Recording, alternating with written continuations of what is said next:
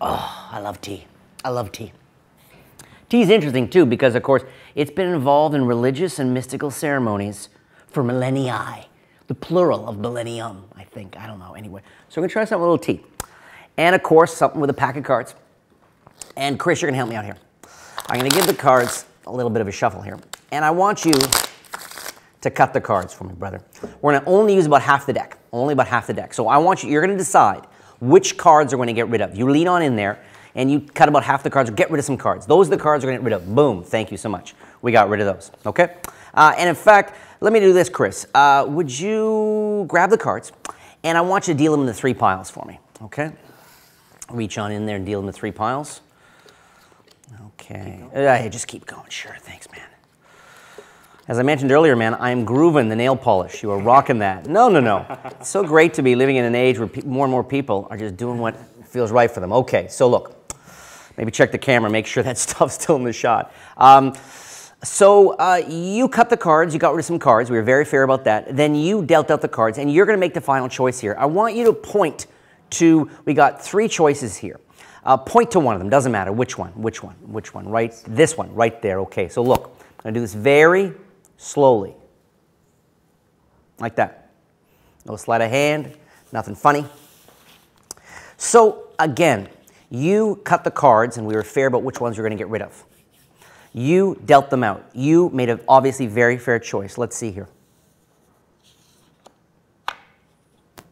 8 of hearts. Now, we're going to use the tea as well. It's sort of a combination between reading someone's tea leaves and a crystal ball, because look, I'm going to reach inside here. I'm going to take out the tea bag, which is kind of like, in this, a very wet, organic crystal ball. And watch, keep an eye on the tea bag, watch. Just a squeeze, and I'm hoping I'm going to get a sense, the prediction, that it all came together, I'm hoping. Actually, wait a second. Look. Right here on the napkin.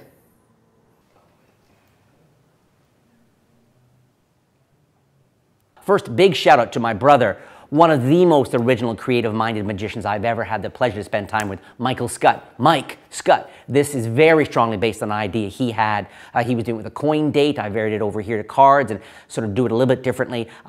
Let's jump in. Let's take a look at this. There's just so much I like about this. First, yes, indeed, folks, get yourself a white crayon. Boom, white crayon. Love it. So you just carry around this white crayon, okay? And you can sort of make one of these up in the can of a coffee shop or a bar or the school, wherever you are. You can make it up in a second. Now, a little side note here. I have played with this, and I don't like straight lines. If I want this to have the feeling of some organic revelation, I don't want a 4 or a 7. I also want something that people can see. I don't have to turn it around to show it, ruin the magic moment by going, no, really, it's a king, it's a K. I don't want to deal with any of that, okay? What I want is a big, honking, off-center 8. Don't make it perfect, okay? Just a big 8 with a crayon. All right, now, let me warn the younger performers here. People are going to think, oh, will people spot that line there? No one's going to spot that, especially if all you do is this. Crinkle it up, open it up, it's gone. It's beautiful, okay? This is Mike's primary idea. I love this idea. So, and notice that you can have, if you want, you can have one prepared, okay?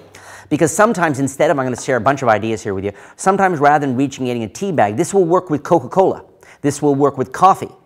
This will work with tea. And if you don't have the tea bag still in, you can just get another napkin, ball it up, put it in, and then squeeze that, okay? So you can squeeze another napkin full of tea or Coke or coffee or hot chocolate, whatever.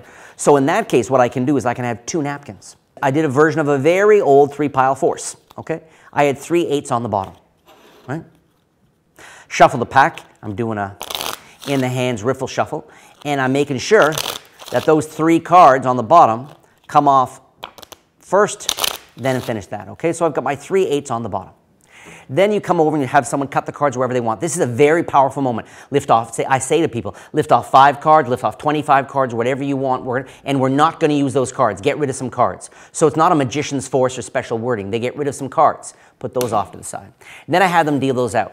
And while they deal them out, that's typically when I'll do the talk about, tea and mystical ceremonies and, how ultimately I once saw a little baby elephant drink from a brook and an antenna sprouted out the top of the elephant's head, and all of a sudden I was just listening to Tenacious D, and my life was never the same. So no matter how they deal out the cards, as long as they go in a row and they don't double up at any point, they always end up with the 8s on top, okay? So at this point, you could ask someone to, I'm going to turn around, and while I turn around, I want you to peek at the top card of any one of the piles. Or while I turn around, I want you to slide one off. So you could do the whole thing and really build it up.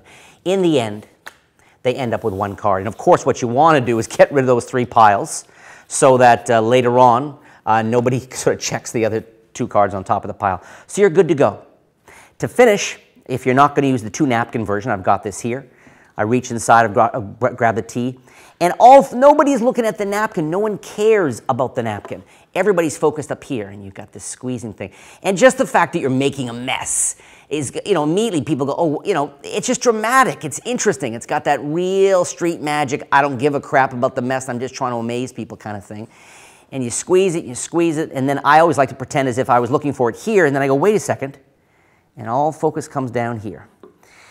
And when people see that 8 appearing there, it has got a supernatural, it's got the supernatural wizard and witch kind of vibe to it. I love it.